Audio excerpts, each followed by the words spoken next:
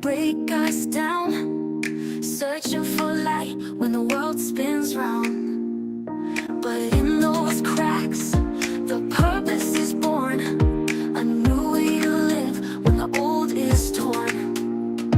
It's more than a story, it's the rise from the fall, a place where your purpose starts to call.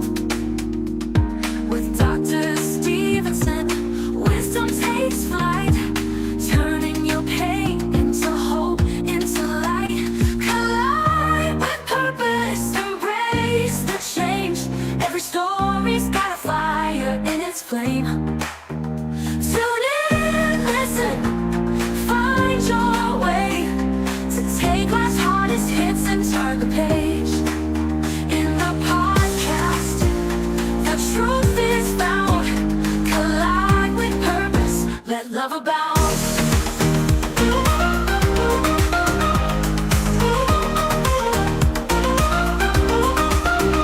From heartbreak to strength, the lessons unfold. It's about how we rise, not the stories we've told.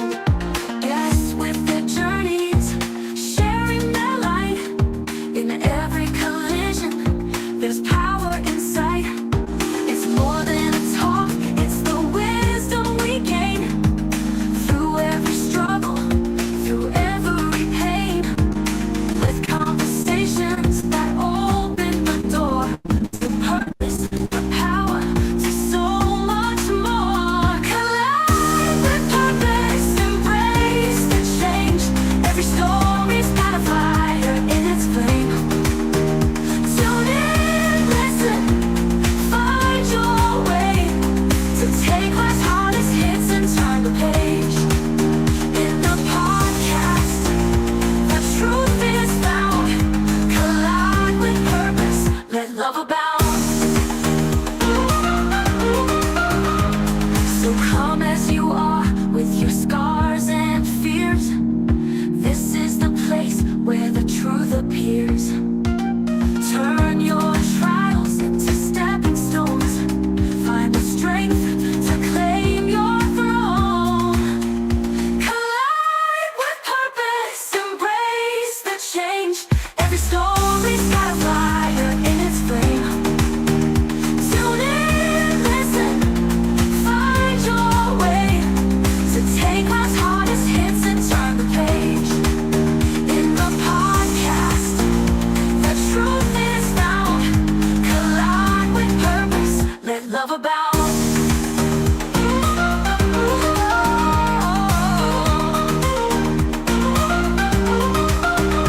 A collision with purpose, your journey starts here.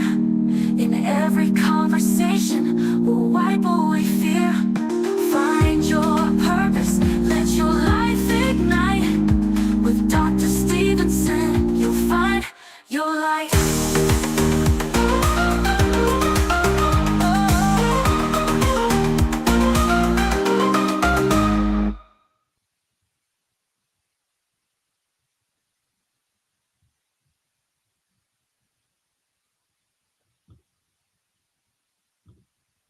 Well, Elizabeth. Yes. All right, we're here. All right. Good morning, good afternoon, good evening, good night, wherever you are. Welcome to the A Collision with Purpose movement. You are watching life-changing conversations to inspire actions. Here we challenge you to reflect deeply and take bold steps towards transformation. I am your host, Dr. Laxley Stephenson. In each episode, we uncover the powerful life-defining moments that have shaped the lives of our guests. Ordinary people who have turned adversity into triumph. But this isn't just about their stories. It's about you, our audience. It is about your actions to ignite your purpose and create meaningful change in your life. Today, I am joined by a remarkable guest, Miss Elizabeth Sitawa Kisiangani, a mother, a daughter, a sister, a friend, a cancer fighter, and the visionary behind the Elizabeth Sitawa Cancer Community-Based Organization. Together, we will cut through the noise, tap into your potential, and inspire action. The time for change is now. So let's get started. Welcome to the show, Elizabeth. How are you? I'm good. I'm good, Doc. And how are you? Man, I'm awesome. Awesome. So happy to have you on. You know, Thank you. last week we tried to get you on, but for a number of reasons, that was not possible. But there's no better time than now. No better time Exactly. than now. We have a lot to talk about today, Elizabeth. There's so much that is going on with you, and we want to just unwrap it in the best way we can. And we know there are so many people out there that need to hear what you have to say. They need to hear your story, not because it's your story, but because your story will have meaning, serious implications for their lives as well. So that is why we're going to have this conversation today. And let's begin, Elizabeth, by you sharing where you are right at this very moment. Yes, my name is Elizabeth Sitawa Kisiangani. Currently, I'm in Kenya, in Trans Nzoia County. It's in the western part of Kenya, Trans Nzoia County, at a place that is called Cherangani constituency, Kesogon. Kesogon in Cherangani constituency, Trans Nzoia County. That is where I am currently seated. Where you're currently coming from. You know, I am familiar with Kitale, having been there. Mm, So not familiar with the location where you're talking about, but I imagine mm, it's not that far from Kitale. Is that correct? sure, exactly. So Elizabeth, we're gonna talk about Elizabeth, the woman before cancer, her dreams, her ambitions, and just her aspirations. So Sure. share with us something about you growing up in your early life before cancer became a part of your story. Who was Elizabeth? And tell us a little bit about your early life. Yes. So, Elizabeth Sitawa Kisiangani is a woman who was born by two parents who are currently also in Kitale. That is Mr. and Mrs. Kisiangani. They are also in Kitale, just my neighbors here. I was born in Kakamega, before we moved to Kitale, because that is the place where my parents were working by then. So I grew up my childhood life. I took most of it in Kakamega. That's where I went to school to, and I schooled from nursery school up to A levels. That's where I took where I stayed. I stayed where my parents were, and that is the place they were before. They now retired and came back to their home where they have bought their land. So most of my life I've spent in Kakamega. But currently, after they retired from active public service, they now settled in Kitale, and that's where we are. So So I grew up just like other children, uh, very much full of health. I was able to go to school. My parents always believed in education, and I cannot say there's any day that I had any challenge in the payment of school fees and so on. They always made sure that uh, I am in school, or we, all of us plus my siblings, were in school. Every time. I can't remember any day where we were told to go home because of school fees. There was no day. So my childhood life was very okay, uh, and that is how it was. and that is it, how it was, as you say. So, as a young girl growing up, I'm sure you had dreams and aspirations. Can you share some of those with us as a young girl growing up? Yeah. Up to now, my mother always knew that I was going to be a journalist. That's what was always in my mind. I really wanted to be a journalist while growing up. There was nothing else that was always on my mind. Every time, even at school, I was in the journalism club. I used to report up to college. When I joined college, in fact, I was the college editor. I was the editor in college. So I really wanted to be a journalist while I was growing up every time. And my favorite subject always was English. I was perfect in English.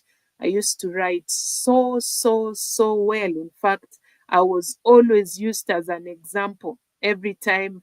Anytime we were told to write anything, I could do it perfectly well. And speaking, anytime I could speak so well, eloquently, and everybody was always happy with everything I was doing. So I really wanted to be a journalist as I was growing up. That's all I wanted every Mhm. time. Mhm. And as it turned out, you did not become a journalist, but you became a teacher. And Mhm. what did you love most about the profession, teaching? Uh, I remember, I vividly recall that time when this letter of admission to the teachers training college came. So there were some other letters that came. There was this TTC, the teachers training, and then I also had an admission to Kenyatta University. And by that time, I was just finishing my form 4. Um, we were four of us in the family. We were in high school. We're in high school, not four. We were five. Five of us were in high school, and then my father told me blankly that he won't be able to afford the university fees. So I just had to go to college, to go to the teachers training college because uh, and this university, the course I had been taken in was for journalism. But my father just told me that he couldn't afford. He couldn't afford to allow me to go for the degree, and yet I had other siblings who were in high school, and he was struggling. He couldn't make it. So I went. I went to college, but it was not an easy task just to accept that I'm going to be a teacher.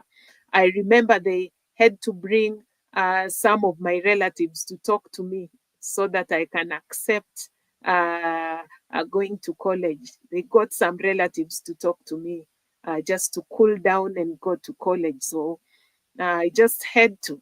I had to accept how things were, and I joined. I was at a college called Tambach Teachers Training College. It is in the it is in a place called Iten. I can't remember the name of the county. I can't remember the name of the county, but it's in Iten. It's a famous college because our second president was also a student there. Our second president, the late Mzee Moi, was also a student at Tambach Teachers College. So that's where I got my training as a teacher. And I actually can't regret being a teacher, Doc. I can't regret being a teacher, though I always want to still go up and up, but I always say there's always time for everything. Yeah, So I don't regret becoming a teacher because what I really wanted as a journalist, to some extent, I've also done it as a teacher. right. So, of course, you're not teaching right now, but I want you to Sure. tell me, what is it about teaching that you love the most? What was it? From your experience teaching, what is it that you love the most about teaching? Yes, I teach English, Doc. English is my favorite subject. It has always been my favorite, and just getting into the class and then helping this child to construct a sentence, a meaningful sentence, not just a sentence. You know, there are words in English you can put together, but making this learner just sitting down and write a sentence. This sentence makes sense, becomes sensible. And then after this sentence, the child is able to construct more sentences to make a paragraph. And then after the paragraph, it becomes a whole composition. You know, it's just makes me happy because just putting this knowledge in a kid, putting the knowledge, and then you are able to communicate very well with this child in English. And then you can also learn a lot about this child. You know, in teaching, we get so many learners from different areas. You get learners who cannot afford one or two. Just having these kids around has really helped me to learn about the backgrounds of different children and how to handle them. In fact, handling kids is a very complicated thing. You know, at times you can just get out of the house and you feel that you're not in your mood. Maybe you reach school and at times we use a cane. So just get a cane and hit this child. You don't know this child maybe has come late. You don't know why the child is late. So it has, this teaching has really helped me to know, to be able to sit down with a child, just ask this child, why are you late today?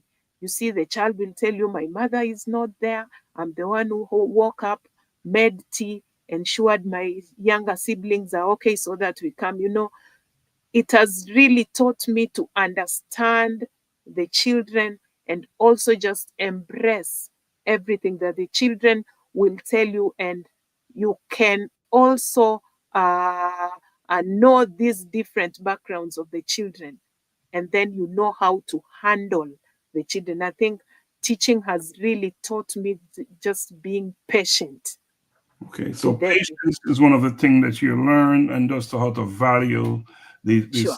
these young children. Of course, you are a single mother, Hmm. and that's another situation there. Raising children as a single mother is in itself by itself a challenge. What was that Sure. experience like for you before you were diagnosed with cancer? What was that experience like raising children as a single mother? Yeah, raising children as a single mother can be very challenging. Can be very challenging, but I can say it is also deeply rewarding. As much as it's challenging, it's also very rewarding. You know, there are some very unique pressures, but for Elizabeth is really trying to thrive and just build a strong and a very loving family. In as much as I'm a single mother, child will wake up maybe. I won't talk about the experience as I fight cancer. So before then, just being, because this cancer thing just came even in my single motherhood. So even before, as much as it's a very challenging thing, it's also very rewarding. And so far, I can't complain. In as much as at times you'll need somebody by your side every time, but um, I can say I can now handle. Hmm. I can now handle everything single-handedly. Just I know there are some things a mother cannot do for a child. There's something that it's just supposed to be a father and the sort. But when the situation is as it is, you just have to make sure that you're going to do what you are supposed to do. So I'm really doing what I'm supposed to do as a single mother. So being a single mother really requires resilience. It requires resilience, it requires resourcefulness, and it requires a lot of love. And that's what I'm really trying to do, even in the current situation I'm in. Even before, Right. I've really tried to be that mother. We're talking about before cancer, right? And Yes. focus on that. And tell me, what are some of you talk about resilience? What are some of the biggest challenges you face as a mother before, as a single mother, that is, before having to deal with this cancer thing? And this is important because I'm sure there are other people out there who are experiencing the same thing as single mothers. So share some of the challenges that you faced as a single mother. Yeah. Being a single mother is not good, especially if that partner is not dead. The partner is there. Being a single mother is not good. And so far, so many friends of mine, even those I'm sure who are listening to me, I'm sure they know that I don't advocate for being a single mother. I actually don't advocate for it because I have been in that frying pan. I've been in that frying pan, and it is not one sweet song. Being a single mother, there are so many challenges that I've gone through. For example, uh, my child is in school, and everybody talks about daddy.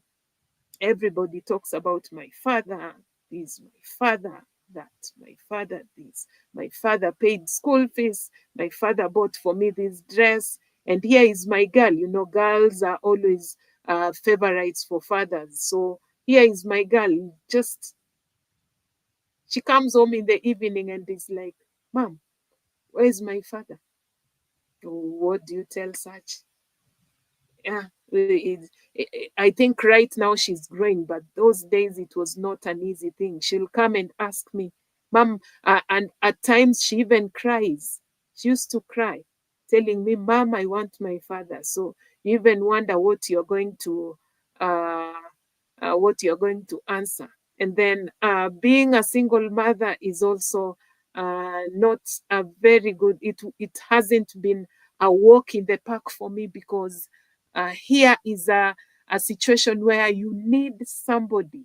You just need somebody there. Maybe you're busy doing something, and then you cannot handle some emotions. Maybe if you were two, somebody would just get into that and help out. So it it wasn't an easy thing just being a single mother as of the sort. And talking about resilience, that's what is really keeping me. But for my children, I think they have really undergone to accept that it's our mother who is there, and she's the one who is going to handle one or two.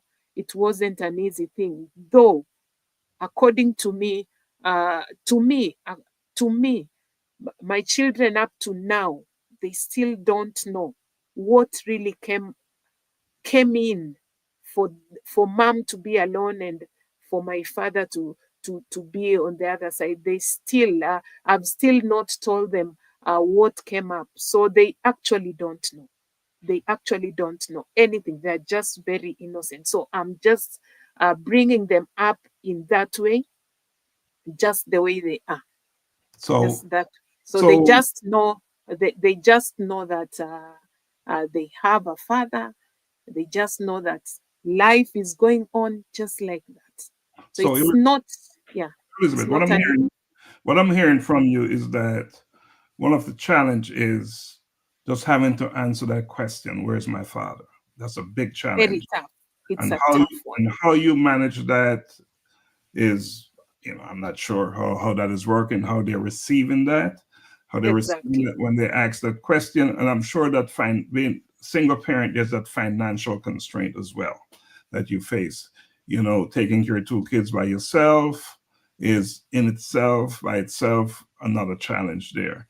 So, Yeah, because everything is on you, from medical, and you know, my son had this medical condition where there is no week that he could not be at the hospital. So mhm, it's only me, and then I'm a single mother. I have my other child, so when I'm in the hospital, I have to get a friend to stay with my daughter. So it hasn't been an easy thing. Medical, financial, everything. Just Right. that social thing. Yeah. I get that. I get that. But Mm. a point I want to make, and you can enlighten me in this, what I've seen from my limited exposure, my limited knowledge is there are so many single mothers in Sure. Kenya, and I'm sure there are so many. There are so many in Kitale where you live. What is Sure. attributing to that, or what's going on with that? Mm. That's a tough one. I don't know. I really don't know, because it's really a thing. Nowadays we have so many single mothers in Kenya, in Kitale, in even the village I stay. We have so many of them. My neighbors, there are so many of them. There are so many things that come up. Somebody will say, "I ran away because of my peace. I needed peace." Somebody else will say, "No, no, no, I ran away because this man has no money." You see, everybody has their own stories. Everybody has their own version of why why they are single mothers. A lot of them, but we have a lot of them. For me, mine, I'll not talk about it so that everybody hears. I'll not say what transpired, but it's We'll, all we'll, about, we'll keep something private, right? We'll keep yes, Doc. something private, yes, and I can appreciate that and respect that. But Sure, Elizabeth, you're widely known as the fighter, a fighter, sure. a cancer Hmm. fighter. Your journey battling cancer against all the odds. So I want to just go back to the moment when your life changed, when everything in your life changed. So can you take us back to that moment when you first heard the words, Elizabeth, you have cancer? How do you process that? Let me hope I'll not be emotional here. You are here. You feel not very okay, Doc. And then you get, this last bit of the cancer. I've fought cancer 3 times. It has been a recurrence thing. So I started fighting as cervical cancer, and then I treated it twice before it came back as ovarian cancer. And this last bit that I got in 2023, March, I had gone for my a relative was having a wedding in Mombasa. So we went there because my boy was a page boy and my girl was a flower girl. So I had to take them there. So as we were going there, Mombasa is all about fun. After the wedding, we at least had some fun, but there was this very strange feeling that I was going through pain, and then there are so many other symptoms that I cannot just say them on camera. And I called, my gyna. I called her, Doctor. Do I remember even the name? I'll remember as I talk. So I called her, and I told her what I was feeling, and she told me, "And where are you? Can you just come to the hospital immediately?" Doc, I was not okay. I was not okay at all, at all. The symptoms were just weird. And I was asking myself, what is this? So I called, after I called her, she's Dr. Mishra. Yes, Dr. Mishra. So I called her, and we talked. We talked at length, and she told me, I just hope it is not what I'm suspecting. That's what she said, because she's been my doctor for the last 8 years. For the last 8 years, in fact, she's the one who took care of the very first time that the cancer came out positive. she's the one who handled. She's the one who has been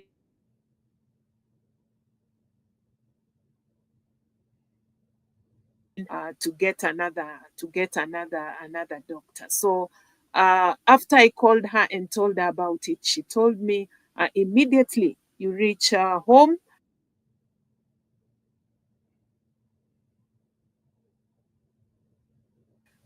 Yes, and I went. Mhm.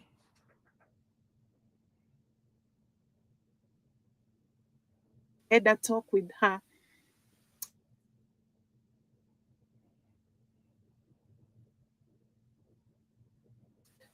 I told her when the results come,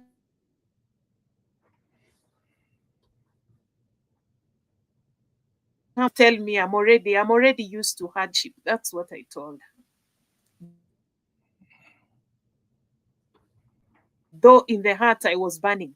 To some extent, though I suspected cancer was back, but I couldn't just talk about it. I couldn't tell my doctor about it. But the feeling that I had, I just knew something was not very, very okay. That's what I felt.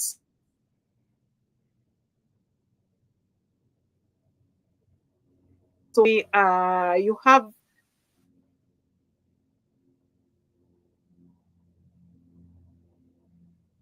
those hit me.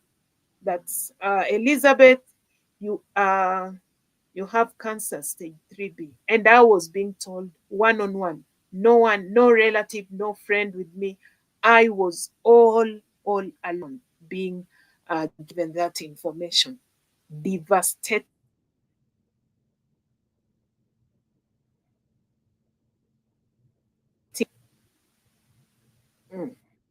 Mm. So we're having some technical issues and some glitching going on. But Elizabeth, can you hear me? Yes, I'm getting Can you, you? Doc. Yeah, we have some technical issues, but we'll work through them. So that was the third time that you discovered it, Mm-hmm. and I know there was a first time, which I'm sure there was some, things that you experienced with the first time as well when you first discovered that you had cancer. So, but what? And you talk about emotionally and yeah, I'm sure there are some financial challenges that you had to experience as well, and the physical challenges.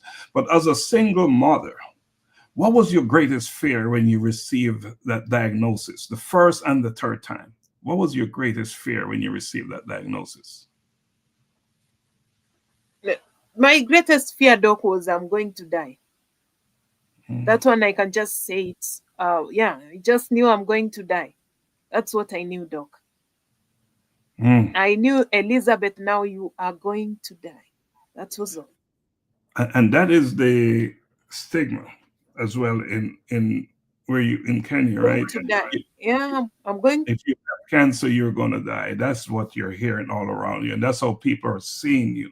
You know, to die. yeah, yeah. And imagine having those thoughts in your head and you're the mother of two children, and but you're solely responsible for taking care of financially, emotionally, and otherwise. So that must have been a big hit on you right there. So now, Mm-hmm. how are your children doing? How are they handling the situation with knowing that you have cancer? How are they handling it? But my I don't, the problem is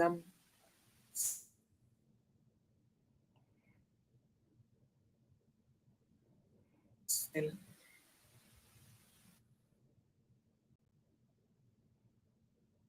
Elizabeth, can you hear me? yeah. Okay, we're going to take a quick break and then come back. And Elizabeth, I want you to just log off, then log back in. Okay, just go ahead and log off and then log back on. All right, and then we'll pick up from where we left off. We're going to take a quick break and come back. Okay, Okay. just log off and come back on. Okay. I'm a boy kid, I'm a boy Doc. kid. I'm a boy kid, I'm a boy kid. I wake up in the morning and I praise the Lord. I thank Him for His protection, and I walk in His steps, declaring that today's provision is set up for me. I love God and I love my friends. Yeah, I'm a bold kid.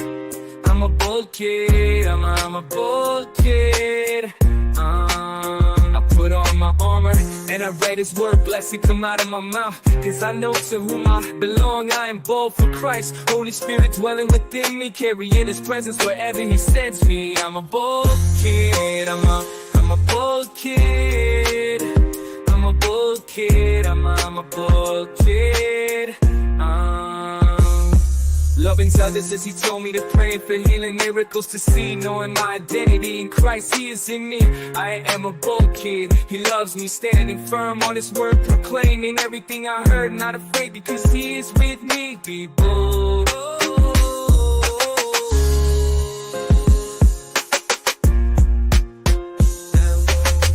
I'm a bold kid, I'm a bold kid, I'm a bold kid, I'm a bold kid. Put on my armor and I read His word, blessing come out of my mouth. Because I know to whom I belong, I am bold for Christ. Holy Spirit dwelling within me, carrying His presence wherever He sends me. I'm a bold kid, I'm a bold kid. I'm a bold kid, I'm a bold kid. I'm a bold kid, I'm a bold kid. I'm a bold kid, I'm a bold kid. I wake up in the morning and I praise the Lord. I thank Him for His protection, and I walk in His steps, declaring that today's provision is set up for me. All right, welcome back. Welcome back to I've Life Conversations to Inspire Actions. My guest here tonight is tonight in Kenya, today in Atlanta, Georgia, is Elizabeth Sitawa Kisiangani. And we're having a conversation right now about, her first, how she received the word that she had cancer as a single parent, how that impacted her life, her children's life. So Elizabeth, welcome back. Welcome back to the show. Thank you, Doc. How are you feeling right now? I don't know how to explain, Doc, but I'm not fine. I can just say it loudly. Elizabeth is not fine.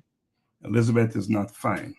But yes, I appreciate that you came on the show today, even though you're experiencing what you're experiencing. I know cancer impacted your ability to work and provide for your children. How are you dealing with that? It hasn't been an easy thing, Doc, because I was a very active woman. I would not just be at school for my salary. I would do other things for myself. It was not all about salary. It was not all about salary because money is never enough after all. I used to have these small businesses here and there that I could do and get an extra shilling just to make my kids very comfortable now that I'm a single mother. So everything was affected. Everything, Doc. Everything was affected. Completely, I was put down. Cancer put me down. Yeah, cancer put me down. It really did. Completely, it just it stole everything that I had ever worked for. Cancer stole everything that you have ever worked for.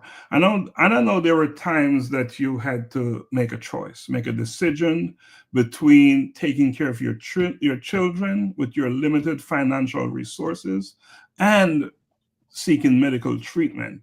And how did you do that? How would you know when it was the right thing to do? Because your children have needs, immediate needs, but you also needed medical care.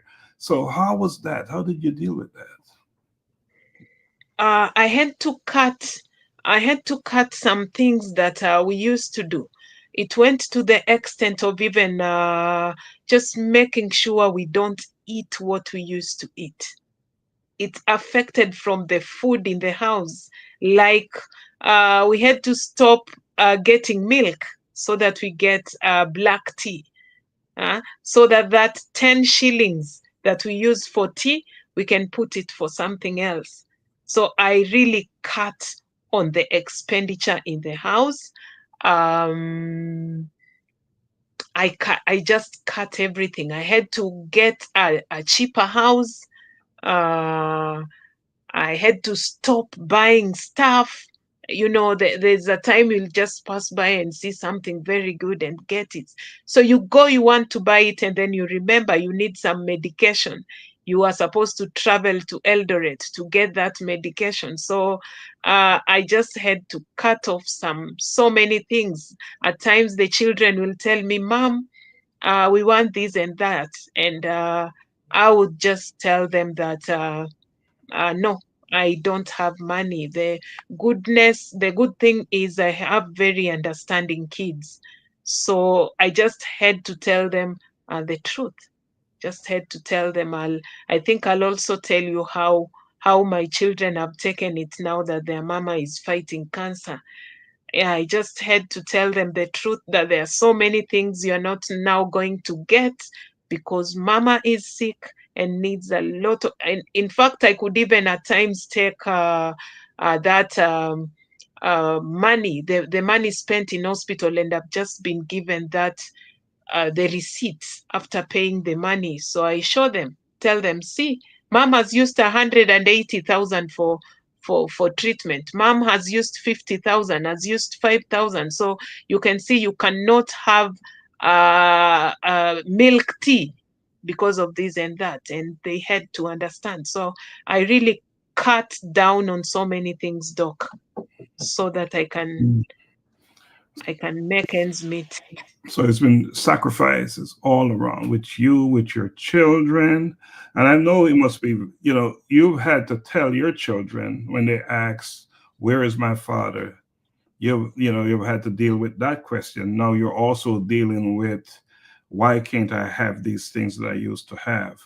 And yeah, so they've played a major role in your journey here. And what's the most heartbreaking part of your cancer journey so far? What is that thing that you would say is most heartbreaking for you? There are two things. There are two things, Doc. But the worst, one of them was seeing my children crying when I can't help myself. Hmm. Doc, my children have really cried. I can say it hasn't been easy for them. In fact, that is always the worst part of this fight. Just seeing my children sitting down and then looking at their mother. Their mother can't do anything. I can't even move to the washroom. And they have to wash my bedding. And I have these kids who would tell me, Mom, we are not going to allow your caregiver to wash this and that. No, we are your children. We are the ones who are going to wash. And you can imagine Vanessa gets a basin with water and wipes me. Those circumstances always come back flooding in my mind. Those memories, they're usually the worst bit of fighting cancer. I Hmm. still remember. I still remember, Doc. Still remember how my children have cried because of their mother. I've seen me puking, vomiting. My children have seen me not being able just to hold a spoon or even hold a cup and drink water. They have to give me the water. Doc, Doc, it's still devastating. It's still very hurting. It's still just, yeah, still hard. I still remember those days. And Mhm.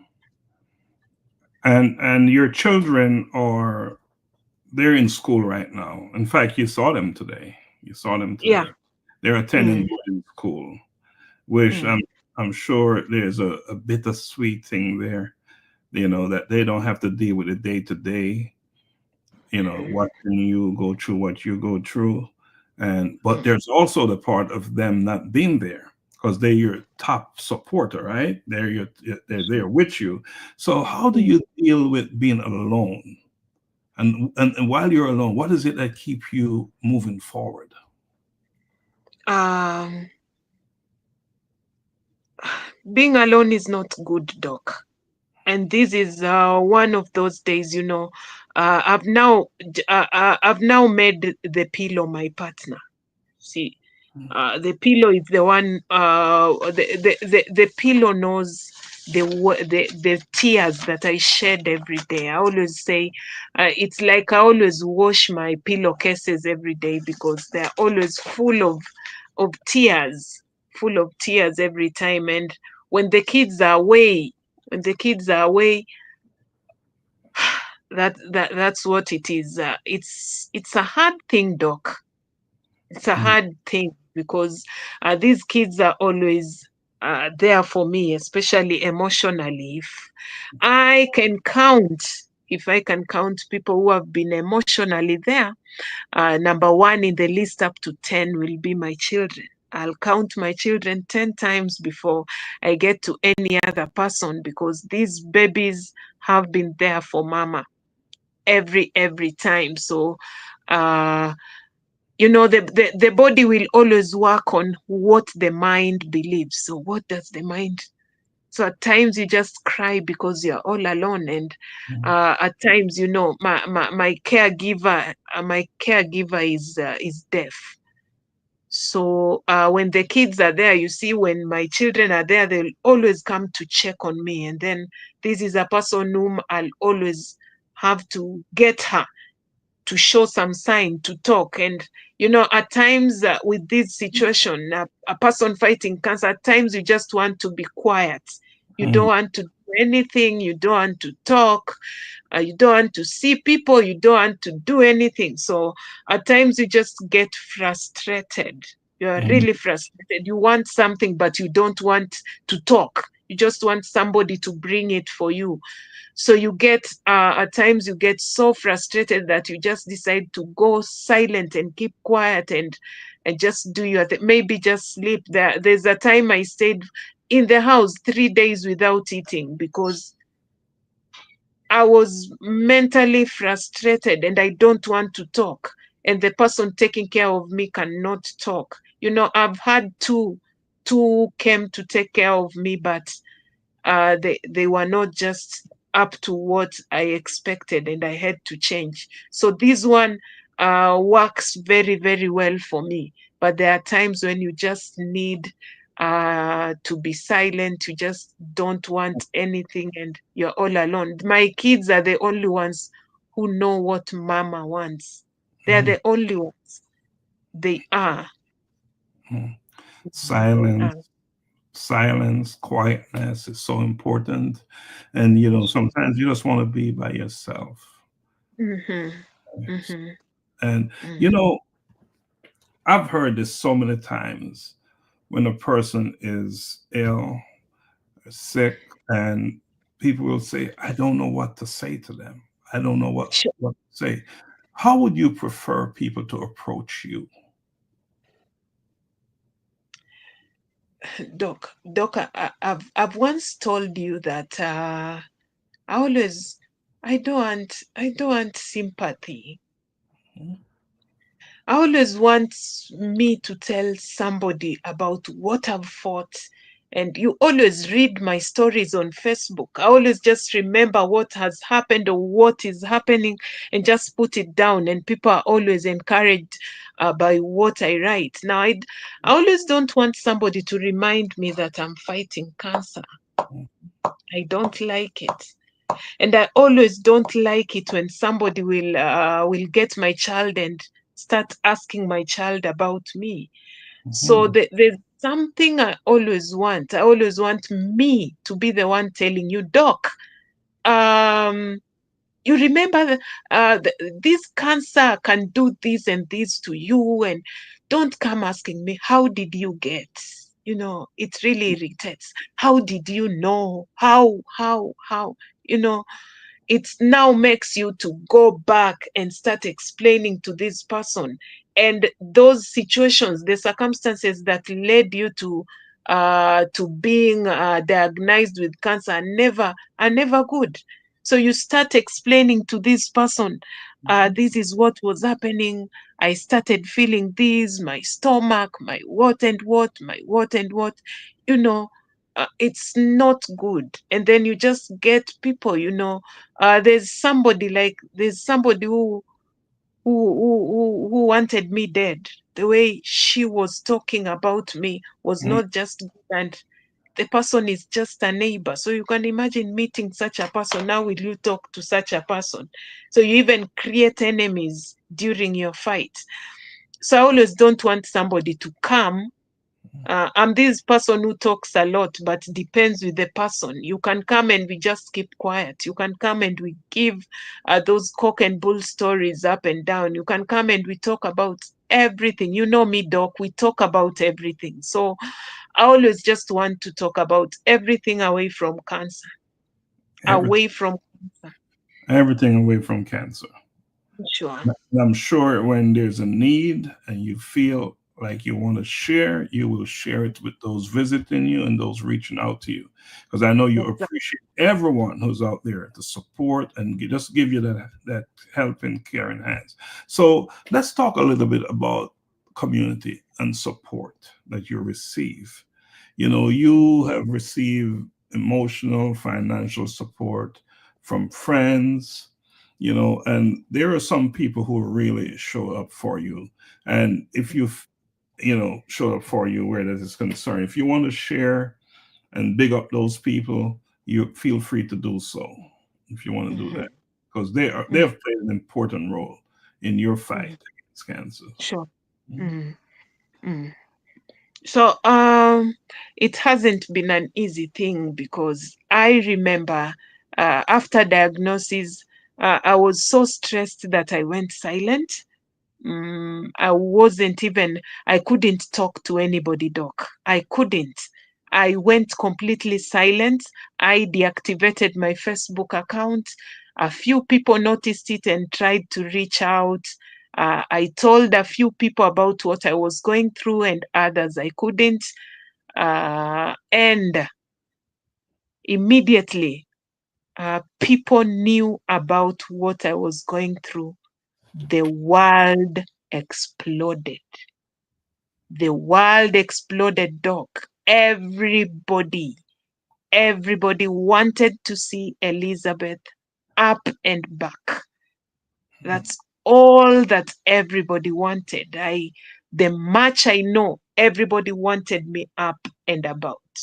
So I left school. I left school. I haven't been at school. I've not yet reported at school. I miss school. The whole of last year I wasn't in school. In 2023 I was in and out, um, and people have really come out to help me. People posting my photos, people asking for help on my behalf, and just making sure that I have food, because sincerely speaking, Elizabeth is a teacher. Elizabeth gets salary, but this Elizabeth, that salary you're talking about, is not there, because she has secured the salary to get loans, so that the loans can help out in her journey for treatment. I have a medical cover, which I use, yes, but there are circumstances where you will have to carry your cash so that you get the medication, and also make sure that life is going on as it is. And Doc, I won't mince my words when I just say that I'm very grateful to friends who have really come out and helped me. We have WhatsApp groups that are there that will always stand up for me. Uh, I have friends, from politicians to mama mbogas to even students I taught. There are so many of them. Like Doc, I can give you this example. when that time when I really wanted to change my children's school. I wanted to to just move them because I couldn't afford the school fees at first. So I talked to a friend of mine. I'm sure she will listen to this later. Two of them. I talked to Gladys Makoha and Martha Mash. So I talked to them and just told them, no, it's too much. I won't be able to be affording 30,000 per month for my children, per term. That is for the girl, for the boy. That is 60,000 per term for every for them to go on with their education. I'll just take them to the school that I always go in. But they told me, no, we are not going to do now. We won't do it now. So they came together, formed a WhatsApp group. This WhatsApp group carries everybody, just carries. And these people, Doc, were out to help me. They just made sure my rent was paid by then. They made sure I have food. They came to visit me. They gave me company. The whole of Trans Nzoia County, in fact, everybody just wanted Elizabeth to be okay. We have that women's group that I'm a member, the Trans Nzoia women leaders. That's a group that is led by a good friend of mine called Elizabeth Chumba and Honorable Immaculate Shamala. Those people have really held me. They have, Doc. They have. And then in that group, we have my former member of parliament, that is Honorable Wesley. That man was sent from heaven for me. And then we also have an aspiring MP, was called Honorable Isaac Limo. I tell you, Doc, these two men could come together in the WhatsApp group and just bargain. They bargain. This one gets 500 shillings. The next one will get 550, like that. And money piles up. I never missed anything. So these two people, apart from their daily schedule, busy schedule, they made sure they have visited me one-on-one. Doc, getting a politician just coming to your house to come and see you as a sick person, that is a favor from God. And this one-on-one, I'll tell Honorable Wesley, you are an angel. I think I'll never forget this man. I'll never forget Honorable Isaac Limo. These two people made sure that the group is up and I just get school fees for my children. Told me we are not going to change the school. That's what they did. And also, everybody was in for me. Everybody, Doc. Look at my friend Divina. Divina, anytime I just tell Divina, I don't have food. I feel like eating this. Divina will go to Facebook, just post and tell people, just put that 10 shillings, that's 200 shillings, and anything. Just do that for her. And Divina can call me anytime just to know how I'm doing. Divina, we had never met, Doc. We had never met. I've met Divina in my cancer journey as I go to Nairobi for my treatment. This is a lady, we have been very close friends in the internet. We had never met one-on-one. And when somebody thinks that these are even sisters, they have been together for quite some time, but we had never met. But this cancer thing just strengthened our relationship. I've got a lot of friends. And then there's this angel. There's one angel that knew me through Divina. Divina posted, and then she knew me through Divina. Doc, I don't know her Facebook name. But we talk. And she always makes sure that I eat something, or she just talks to me every time. And then there's this other one in the US called Maureen Benjamin. And this lady is God sent. Just God sent. So many friends. And then to blanket everything, my children now were now assured of just being in school, no disturbance. Like when I was there today, I was very comfortable. Why? Because I actually have no debt. The kids are settled. The kids, in fact, I reached there and my girl was like, Mom, let me first talk to Dr. Laxley and then we talk. So we have now these two very, very amazing angels that God just dropped at the center of my existence. God gave me Dr. Laxley and Dr. Donna. And here they are. We are even talking now. Our relationship is now on a very, very firm and strong foundation. My children have been assured of being in school. You know, I remember telling you that the only thing that is really disturbing my head is how my children are going to get to school. And once that is done, I think I'll just focus on my healing. And God just spoke to you, and that is what happened to me. So, Mm. friends, forgive me because I cannot mention all of them. Friends have given me even clothes because doc cancer made me sell clothes. I sold clothes to get money to go to hospital. Doc, I sold my children's clothes. They come from school and tell me, Mom, where is this dress of mine?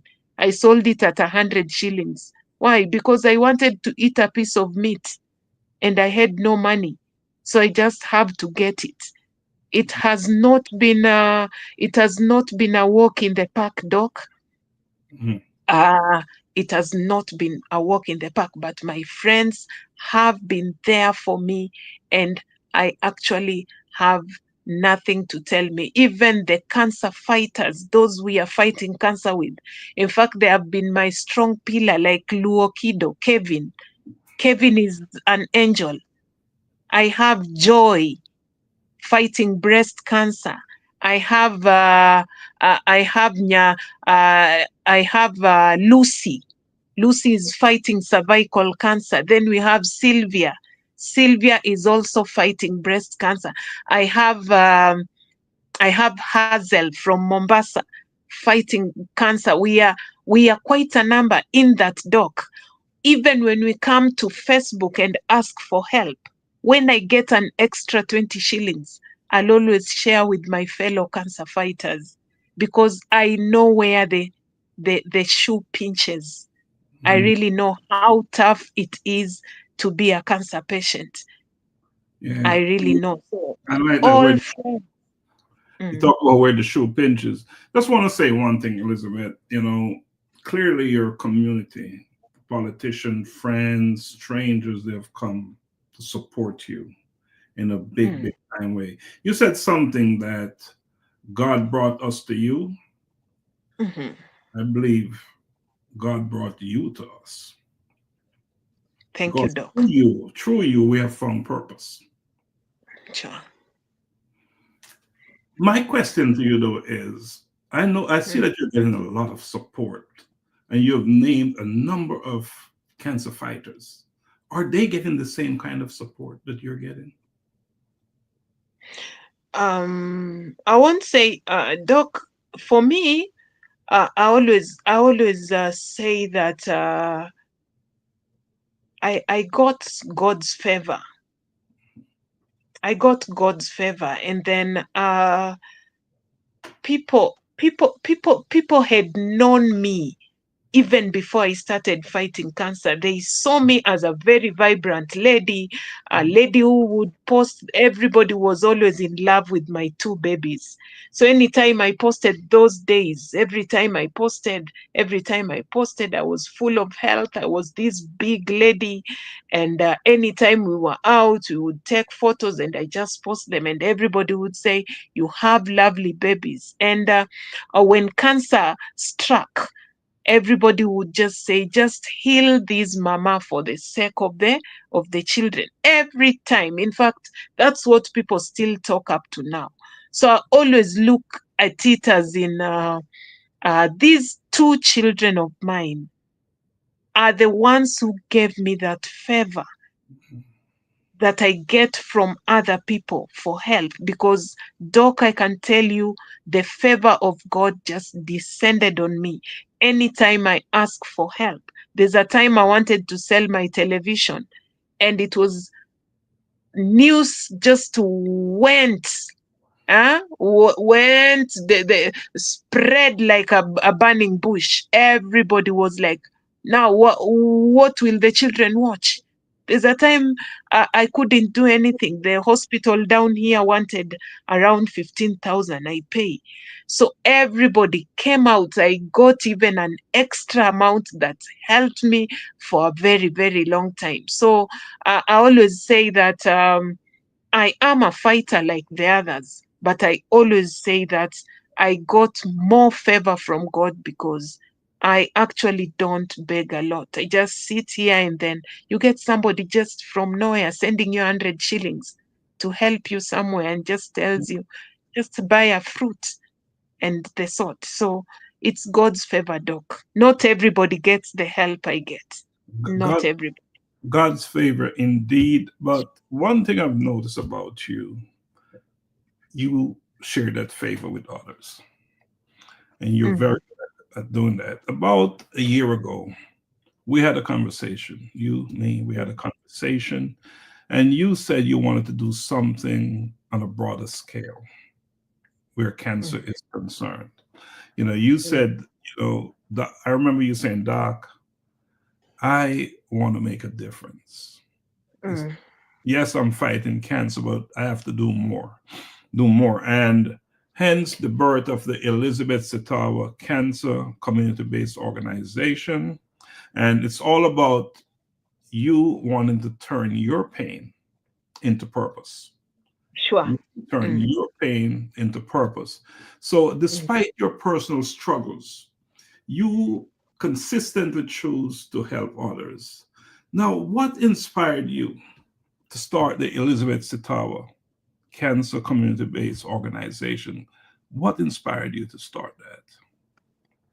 And I think this idea of the organization I remember sharing with you, and you were the very, very first person that knew about it.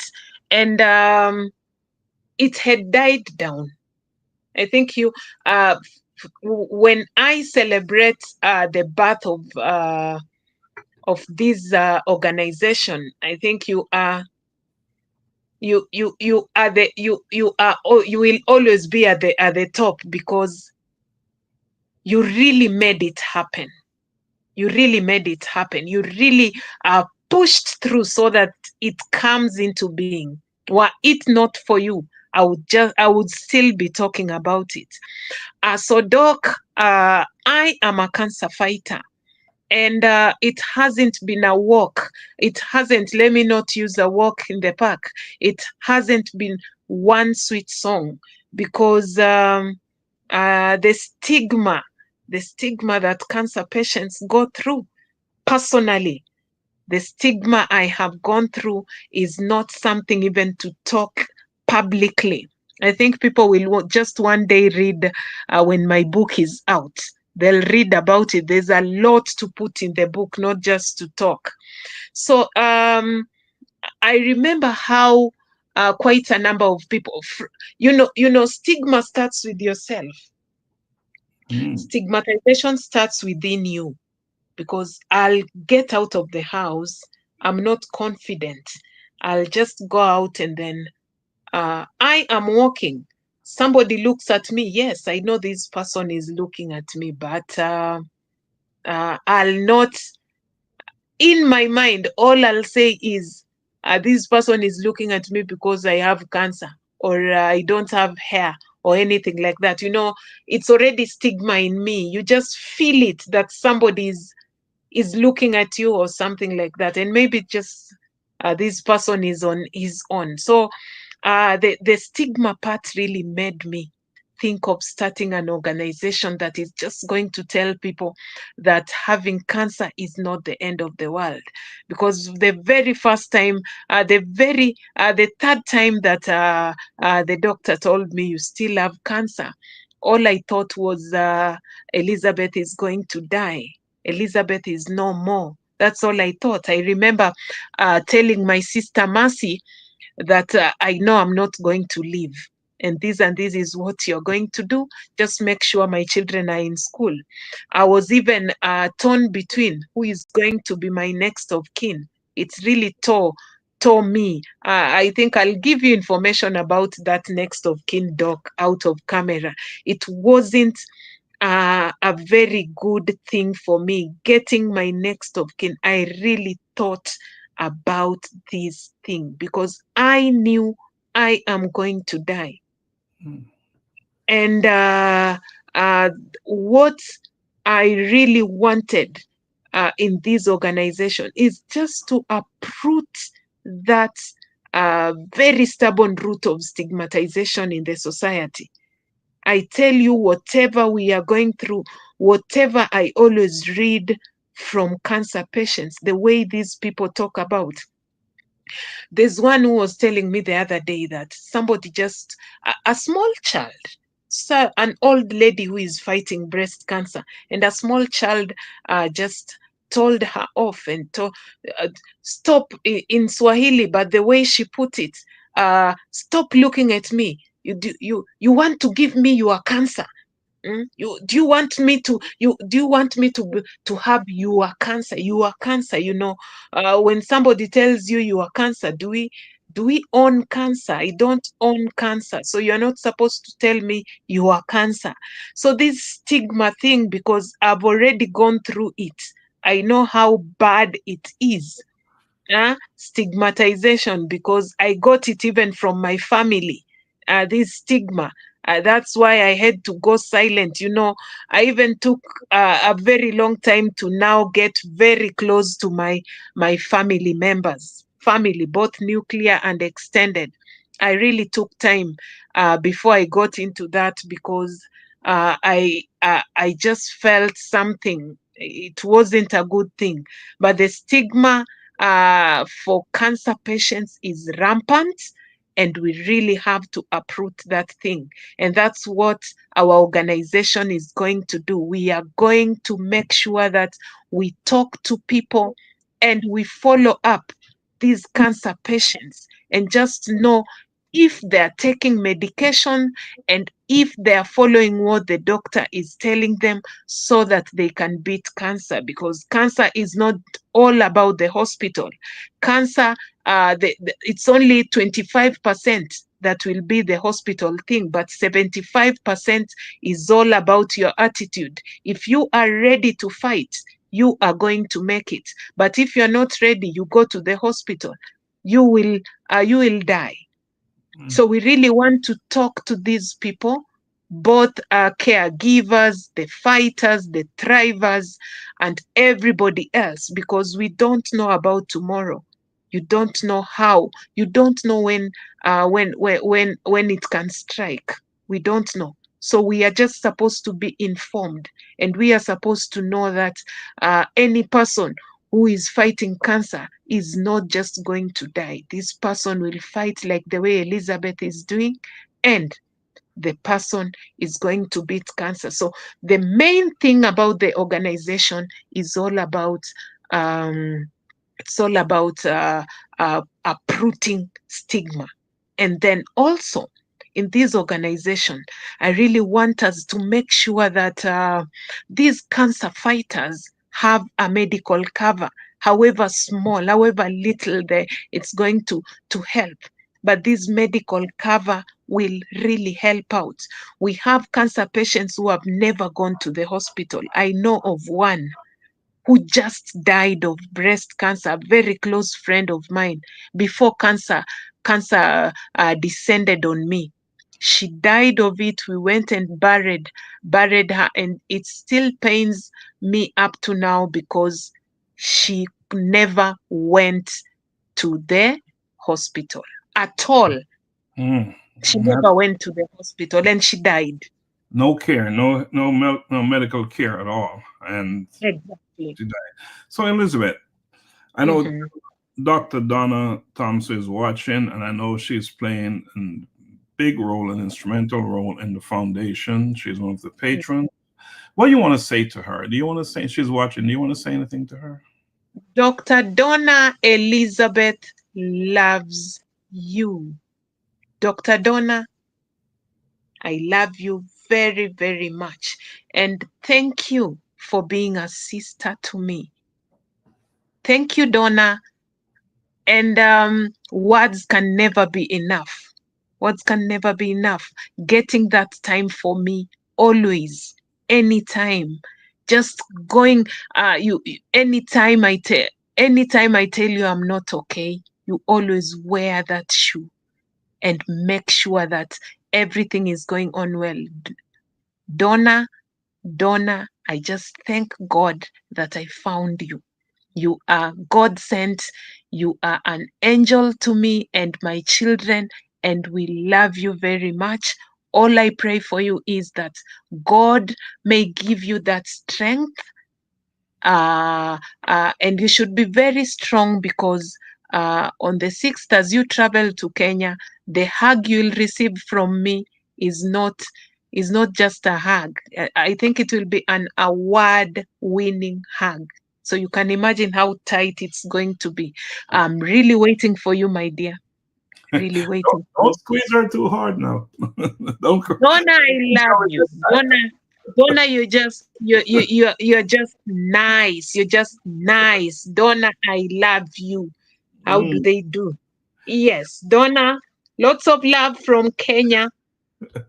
We're having life-changing conversations to inspire action. My guest is Elizabeth Sitawa Kisiangani, and we're talking about the foundation, the CBO. And Elizabeth, our the chairman, and I say our because I am a member, of the organization. So we have our chairman on, and he wrote the Honorable Lenny Kasaya. He wrote quite an inspirational and encouraging conversation. He texted me that sorry he joined late, but we're going to have a conversation with the chairman. Maybe not next week, but the following week we're going to bring him on because we're going to talk more about the CBO because it's all about the CBO. And we thanks Rosemary. She said, "God bless you, Elizabeth." We have Lisa Richmond. We said we thank God for you. Elizabeth, Pastor Seyful Bryson, he came on and he had some comments. He said, "Unique and bold lady, always admire your boldness and how you conquer and fight cancer disease." Yes, we have Lisa again saying, "Yes, it is especially so when you have a child with special needs." So the list go on and on and on and on, Elizabeth. People are out there. They've admired you. They see the fight that you put on and they understand.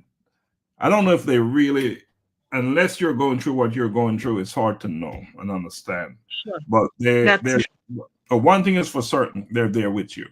They're there with you. But, you thank know, any organization to run it effectively requires what we call money. So, Mhm. how can individuals in Kenya, other parts of Africa, in the United States, and other parts outside of the Africa and outside of the United States join the CBO? Because it's all about money. We need money to fight stigma, cancer stigma. We need money to support the children of cancer fighters. It's not going to happen without money. It's not. So Mhm. how can anyone who would like to join this movement? Because Sure. I call it a movement. Mhm. Mhm. The organization is really on. It's really on, and we are ready. We are ready with everything. All the paperwork is ready. We have our account, the cooperative bank account. Sorry, I don't know it offhand, but I'll make a good post about it. We also have the pay bill. under the Elizabeth Sitawa Cancer Based Organization. We have it. Everything is very, very official. We have the chairman, we have the secretary, we have the treasurer, the members, the sponsors, the patrons. The organization is really okay, and we really want members. We want members from all over the world, because this movement will not come into being if we don't have money. It's all about money. So we really need money for the organization, and that's why we have the pay bill and the account number, which I'll give out. Pardon me, because I can just know it very well, but because of the chemo brain, it takes away we have very poor memory. So we have our pay bill, and we also have our account number.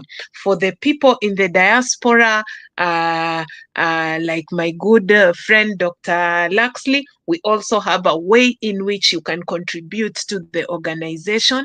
But we really want you to come through for us, so that we can go for some events. We have scheduled some events that we are going to carry out. Just going to get some cancer fighters, talking to them, everything. It's all about money. So we are going to give out our account number and also our pay bill number. And if you are going to be a member, now, my friends, I want you to join this organization and then just become a lifetime member, in that every month you can just you can sacrifice a certain amount of money for the organization. But the least we would like is 500 shillings. So if you can sacrifice that every month, I'm going to be giving 500 shillings to this organization.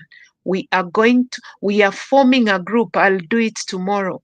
We are forming a group, and after I put my posts, I'll ask you to just inbox me if you really wish to be one of the members, and then I'll add you to the group, so that you send money not to my number. If you send to my number, just tell me, I would like you to buy fruits. That's okay. But if it's meant for the organization, that one, we are just going to have a WhatsApp group where we shall be talking and discussing issues there. And then we do our activities, because like this January, it was the month of cervical cancer awareness. I don't know if you're a lady, you've ever gone for that. You're supposed to do it. So such like awareness, we are also going to carry out, because I already have a good group of medical personnel who are ready to really help out in everything. So I really want you, I'm kindly asking you to join, to just talk to me, and so that I can put you in that group. And then each month, like this January, we are supposed to at least put something in the kitty, so that by the time we get something, we have an activity that we are going to do. In fact, when Dr. Laxley and the crew arrive in Kenya, we also have an activity that we are going to do in the name of the cancer fighters. So we really want as many as we can members in the organization, so that we can boost this and just uproot the stigma that is there in the whole world about cancer. We want to make the Elizabeth Sitawa CBO a big thing in the whole of Africa and even the world. In the whole of Africa and indeed the world. So, Elizabeth, just to add to what you're saying about the membership dues or fees, it's a monthly thing. If you become a member, then it's 500 shillings minimum per month. And just to do a quick, computation here, that is approximately $3.90 at the current exchange rate. So if you are in the United States, Jamaica, England, wherever you are, and you want to become a member, it's the approximate cost to become a member is $4, $4 per month to become a member. So we're not asking you to give what you don't have. We're not asking to give what you don't have, just to step up, step forward, and to act for betterment, act for change. Become become the change that you would like to see. Because cancer is a problem not just in Kenya, it's a problem everywhere. Sure. Most of us, we have experienced loss caused by cancer. Most of us, I myself, I lost my mother and important people in my life. So we have all experienced loss caused by cancer. So should we all play a part, a role? I know I will. And I would like anyone out there listening to this show today to consider just stepping forward. $4, $4 is all we ask you to do per month. And if you want to pay a whole year's worth, you can certainly do that. Pay it all in one. But to become a member, that's the requirement, financial requirement. No, you don't have to be a member. You can also make a donation in whatever amount you want to make your donation. So that option is available to you as well. As this seed will continue to grow and grow, it will. It's going to grow, growing, it's growing. The numbers are going to climb. We're going to have so many people in there. And the idea of wanting to have like-minded individuals on board is because of the workload. Because we will be providing information. We will be having, attending to cancer patients and their children wherever they are. So our reach need to be so wide, and to be that wide, we'll need members on board to do the work. And that's one of the reasons why we're encouraging you to become members, so we can spread the workload. Because one or two or three cannot do the work. So big is the mission. So big is the vision behind the Elizabeth Sitawa Cancer Community-Based Organization. We need the support from across all continents, for that matter. Cancer is a worldwide, it's a global problem. So Elizabeth, we're running out of time. We're running out of time. We can't stay on here forever. We cannot. A lot. Now, what else would you like to share with us before we go? This is the opportunity for you to do so. Speak to We're us. almost through, and I thought we are just starting. The talk is very enjoyable. You are having too much fun. You're having too much fun. We got to get out of here. We cannot stay here forever. So, in this cancer fight, Doc, there's something that I've really learned. I've learned to be able to fortify my mind. I'm able to fortify my mind, and I've just learned to that art of disputing negativity in my mind. So anything negative, I just brush it off. If it means just talking it loud, I'll do it. And you always know it, Doc. At times I even just call you and talk while crying, such things. That's how I always just want this negativity thing. I may not be positive every time, yes. And people will always think, Sitawa, they always tell you, Sitawa, you are very, very strong. You are very strong. But the truth of the matter is, let me just tell everybody that Sitawa is not strong at all. But this Sitawa is full of resilience. Very resilient and full of fragility. That is what is really keeping me. And that is what I always tell people, because I always fall. At times I fall, at times I cry, but I always wake up And anytime this Elizabeth who has fallen wakes up, she always wakes up better than that person who had fallen down. So every time I fall, I wake up better, and that is just me. And just because I have cancer, it doesn't mean that I'm going to die. I'm not going to die anytime soon, because most people equate cancer to death. But I always assure myself that I am going to be a testimony to other people. People will look at Elizabeth and say, that Elizabeth fought and she was able to come out. So I'll also do it. So always work with your body, any person. It's not just about fighting cancer. Yes, fighting cancer really needs a lot of positivity, but it is not about fighting cancer alone. Even you as an individual, just always be positive in everything that you do. From this word cancer, there is the word can. CER comes later, but can, according to English, shows that there is a possibility. Yes, we can. So cancer cannot kill you. You are going to make it happen. So anytime you sit down, anytime, just give thanks to God and tell God, I am grateful because you've put me through this and this, and I'm doing well. And that's what I always tell God.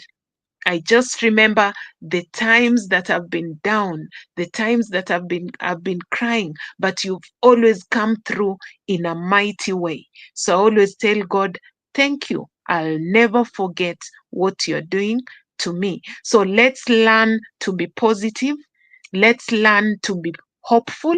Let's learn to be resilient, and let's be full of vigility, because all that will always bring a positive impact in our lives.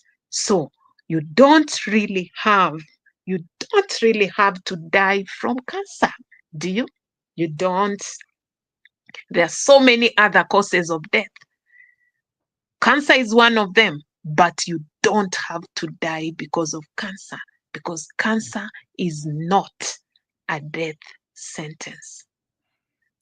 Cancer is not a death sentence, and you heard it here from Elizabeth. Elizabeth, I've had the benefit of, over the past year, having a front row seat during your journey, during your fight Mm, with cancer. And we have mm, had many conversations talking about positivity, mm, positivity, positivity. mm, And mm. often you will say that those conversations kept you going.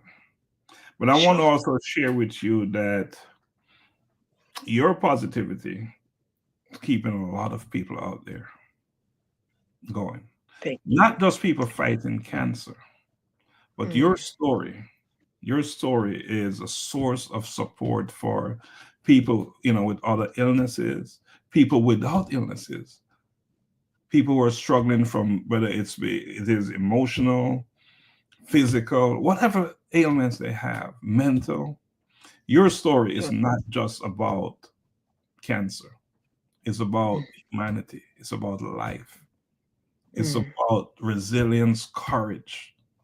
And mm, you have shown a will to live, but not just to mm, live, but to do meaningful things as you're living. mm, Because many people out there who are totally healthy are just sitting on the, and you know what? Not doing sure. anything. Mm, You've made a decision that your life is not about sitting on that, you know what, right?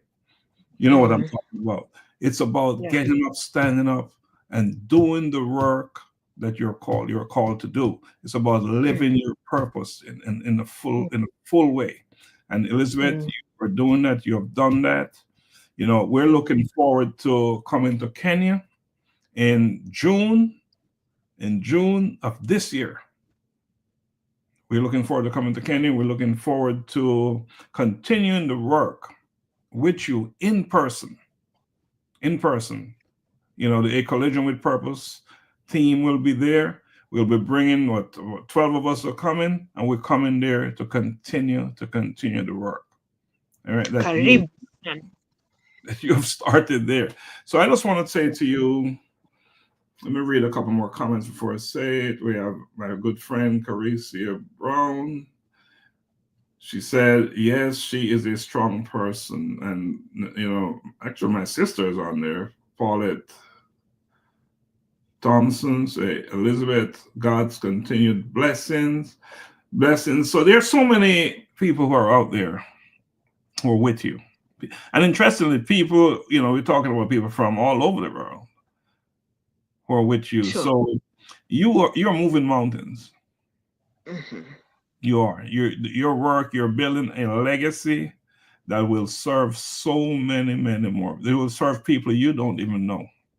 In fact, I always say that I always tell myself, Sitawa, you have been assigned this mountain of cancer so that you can show others that yes, it can be moved. Mm-hmm. Mm-hmm. It can be moved. I think that's a good place to leave it today. I just want to say thank you to everyone who joined us today on Life-Changing Conversations to Inspire Actions. Thanks for joining us. We know you have a busy life. You didn't have to, but really and truly appreciate you taking time out to join and this conversation. And for me, it's been a conversation that is inspiring action in me, and I hope it will also inspire actions within you as well. My friend, Mrs. Hibbert just jumped on. She says, super strong woman. Her dreams become realities. My brother Martin just jumped on. He said, Elizabeth, you are a champion. So we're going to leave it at Elizabeth, you are a champion. We got to get out of here. We can't stay on forever. So again, Rosemary jumped in. Amazing interview. Thank you, Doc. Thank you, Rosemary. Rosemary is a supporter of yours as well, and you know that.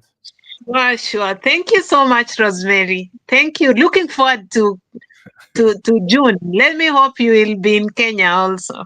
Yeah, so we don't want to continue singling people out because there are so many supporters who are not on tonight, but they are supporters, and I know they will jump in and do what is necessary.